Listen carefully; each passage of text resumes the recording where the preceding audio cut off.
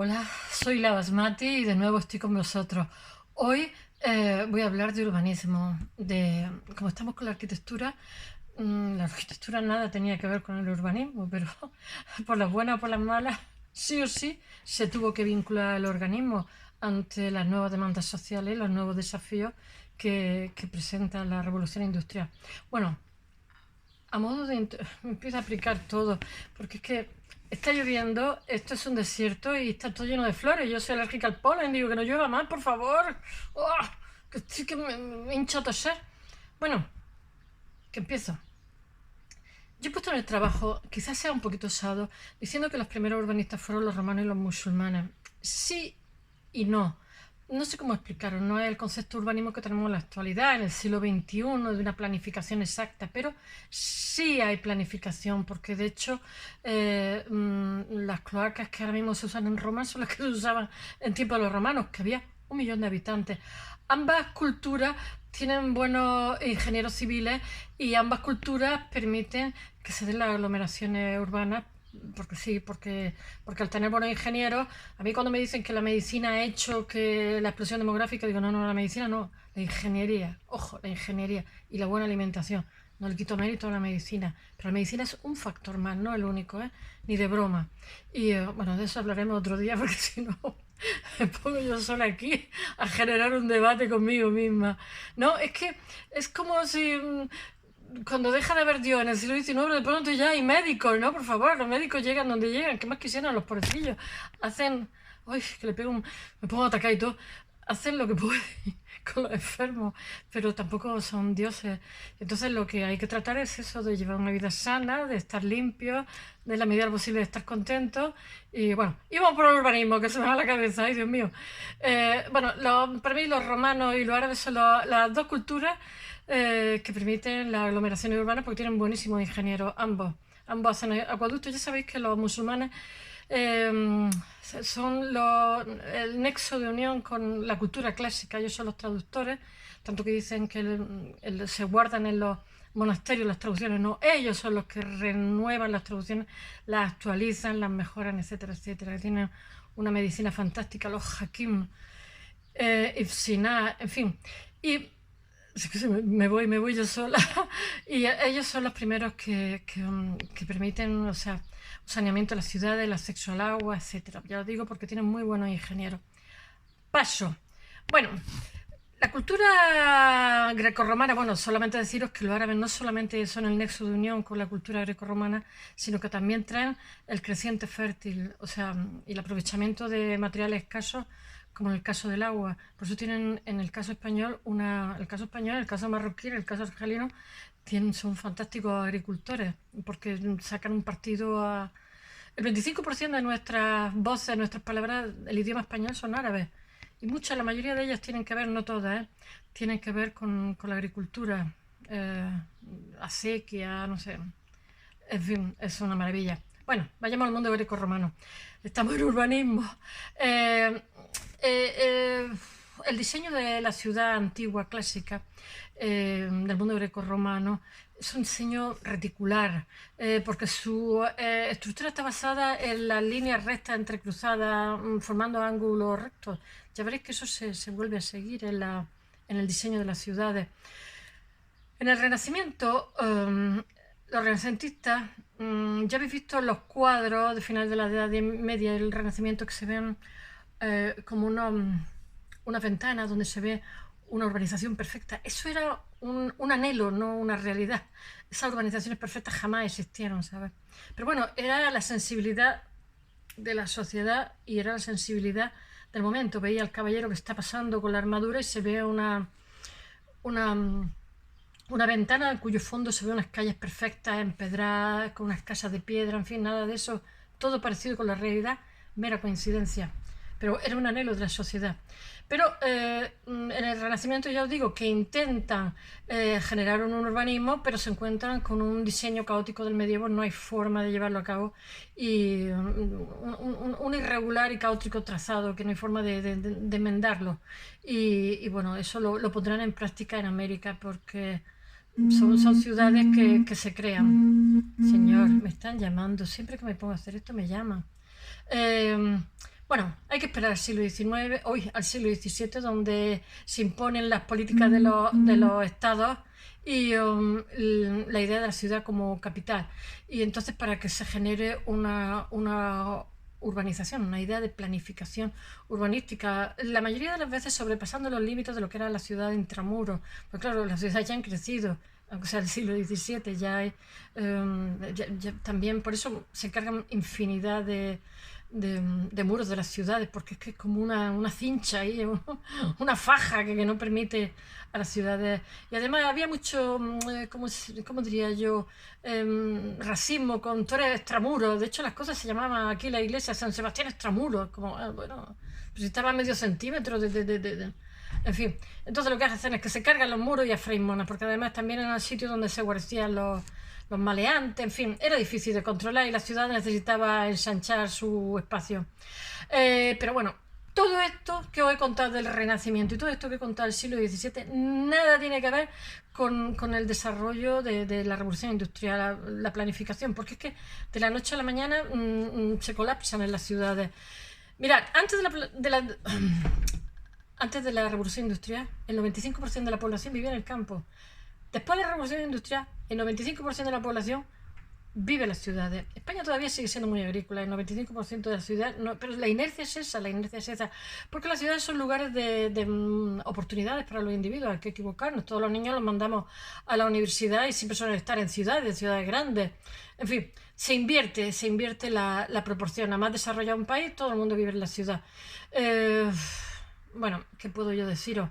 Eh,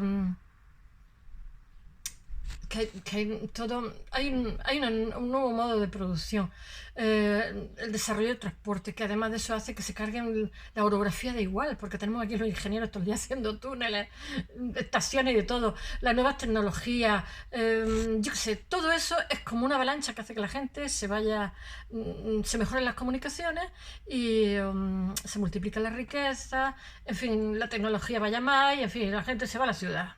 Ya está, y nos encontramos ahí con un caos y un colapso que para qué.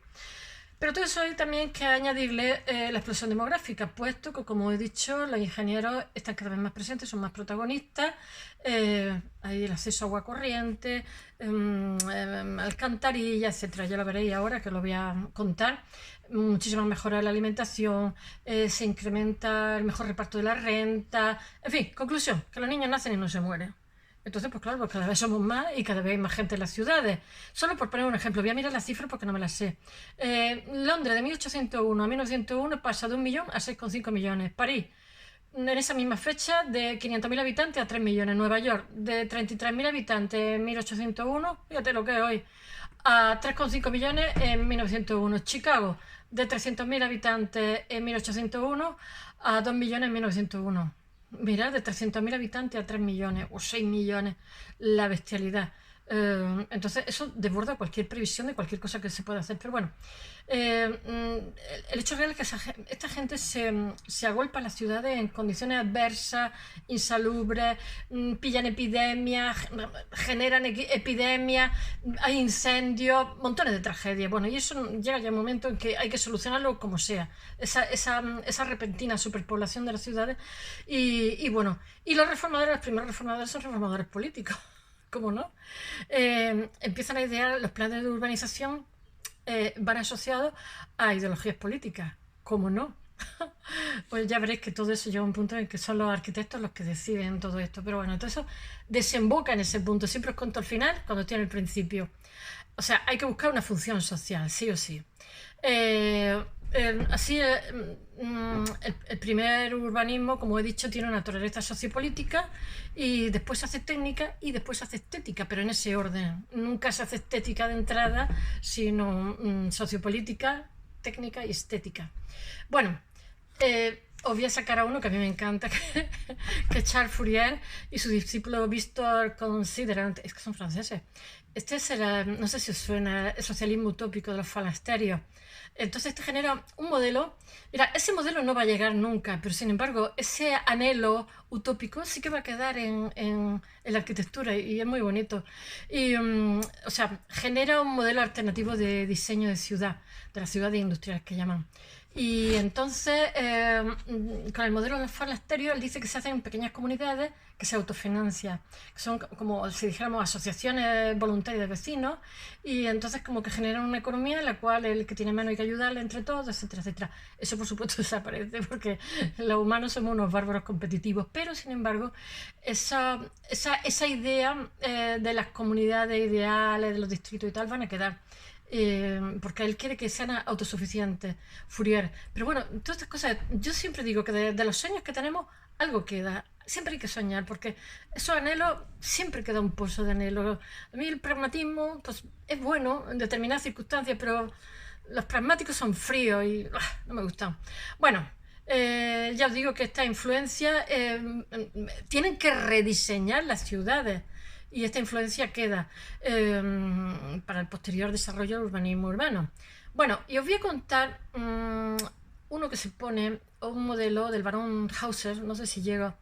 Bueno, por supuesto se impone la ampliación de las ciudades, porque no queda una cincha, ya que se ha quedado mínima.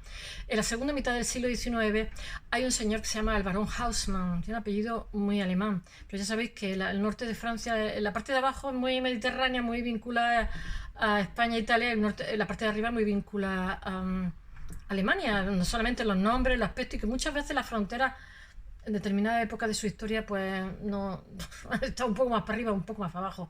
En fin, este tiene un apellido alemán, Haussmann.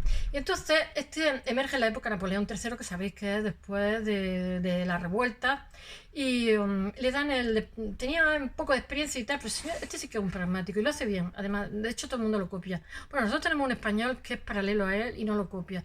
Y después he olvidado porque se enfrenta a la burguesía, ahora os lo cuento. Este señor le dan en el departamento del Sena en 1853 y bueno, y entonces interpreta el ideario del Segundo Imperio, Le Grandeur, sabéis, tras la revolución de 1848, que emerge con Napoleón III, tras la revolución de 1848, entonces es un soñador también, aunque sea un pragmático, ¿no? Y entonces busca, con esta restauración del orden, hay una búsqueda de la grandeza francesa, porque ya sabéis que Francia pasa una racha chunga en el siglo XIX, y rachas chungas, hay que ver yo también. Bueno, altibajo, dejémoslo ahí. ¿Qué más? Entonces, proyecta una ciudad de París diáfana, monumental y fácilmente intervenible por la policía y el ejército. Atención, manos al botón. Pero aparte de eso lo hace muy bien, ¿eh? Lo hace muy bien. Entonces, él arremete contra los focos de infección. Crea un sistema de alcantarillado, saneamiento del agua, o sea, un alcantarillado público, saneamiento del agua, dotación de espacios para cementerios, para parques públicos donde te pueda airear y, bueno, y reforma de las viviendas insalubres. Y después crea también, en cuanto a la circulación, porque resulta que está colapsada la circulación, crea bulevares con la idea de que pueda entrar el ejército, ¿no? Pero bueno, entre medio de todo eso lo hace bien. 137 kilómetros de bulevares con arbolados y bueno, crea espacios verdes y manzanas de vivienda mejor iluminadas y unifica el mobiliario urbano, o sea, hace de París una ciudad maravillosa, maravillosa. Lo copia, todas las capitales europeas lo copian.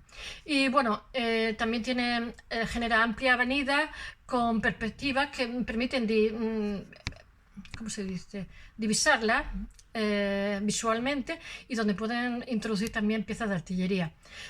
Bueno, este patrón, el del barón Haussmann, lo copian todas las ciudades europeas, como he dicho, porque genera una transformación en París que la pone preciosa. Porque París también tiene que tener una explicación, es que tiene tantas revueltas, tantas comunas y tanto de todo, que el que reforma la ciudad dice, bueno, la vamos a poner bonita para que la gente no se nos enferme, no se nos cabre y estén más sanos y vivan más, pero en caso que se ponga el asunto mal, podamos meter por aquí el ejército. Pero bueno, ahora os voy a hablar de una persona, Ildefonso Cerdá, que es paralelo a Haussmann y que todo lo que hace, este señor ha sido injustamente olvidado porque se enfrentó a la burguesía catalana. Este es el que genera el Eixample, el Sánchez, la Diagonal, etcétera, etcétera. Hace una labor en Barcelona excepcional, así, excepcional. Pero se enfrenta a los ricos y entonces los ricos los funden, ¿eh? Fíjate si lo funden, que hasta hace poco el señor no se ha vuelto, además escribe un libro, un tratado sobre urbanismo preciosísimo, es el que hace la Barcelona actual, que es maravillosa, es modélica, y este no copia a Haussmann porque lo hace a la vez y lo que hace es suyo. Bueno, este es un cabeza cuadrada, o sea, de inteligente, a ver si tengo yo la chuleta por ahí, nace en 1816, muere en 1876, por eso digo que es paralelo a Haussmann. Es garantista. Bueno, hay que decir que Barcelona es una ciudad industrial española, y entonces estaba colapsada porque no para de llegar gente, y también es una ciudad industrial, y bueno, hace el ensanche y reforma Barcelona en 1859, y que es la ciudad de mayor empuje de todo el país, industria, y entonces es una ciudad estrangulada totalmente. Escribe un tratado de urbanismo. Ya os digo que este señor, lo mismo que Almería, Almería, Madrid tiene a Arturo Soria en la calle, wow. El pobre Ildefonso Cerdá lo borran, cuando se muere es que lo borran del mapa para siempre, ¿sabes? Y este señor hace un tratado de urbanismo que se ha quedado como un clásico también, que se llama, no me lo sé, Teoría General de Urbanización, que se publica en 1867. Cerdá, mira, esto lo voy a leer porque es que basa la reforma de Barcelona en un sistema reticular de 22 manzanas. Nos basamos en la ciudad clásica, la ciudad griego-latina, en profundidad, y la intersección de dos avenidas en diagonal.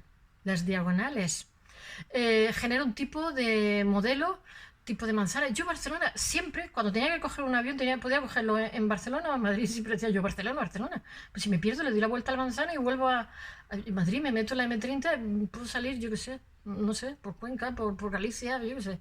En Madrid me pierdo. Además, como no tiene mar, ¿dónde está? ¿Dónde estoy? Nada, nada, Barcelona me apaña muy bien.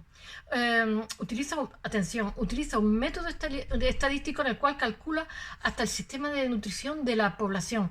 Y además de eso, sabe ¿cómo se dice? Sabe unir con regularidad las condiciones de higiene y bienestar de la urbe para una vida moderna. Es el autor de la Barcelona actual. Pero claro, se enfrenta a los intereses de la burguesía. Y ya digo que lo borran del mapa. Si la gente no sabía que era del pobre de Forso Cerdá. En Barcelona también pasan unas cositas, pero es que claro, la burguesía catalana es muy poderosa. Bueno, pues nada, que a este señor no se le reconoce nada y ha permanecido en el olvido hasta hace 5 minutos. Bueno, también mencionaros algunas cosas que surgen en esta época también en el siglo XIX, ya sabéis, la ciudad jardín. En mi tierra hay una ciudad jardín que se copió de la ciudad jardín en pequeñito, de S.B. Howard, y bueno, de la ciudad lineal de Arturo Soria. Y solamente deciros que a partir de ahora arquitectura y urbanismo van indisolublemente unidos y de la mano para siempre. Espero que os haya gustado. That's all.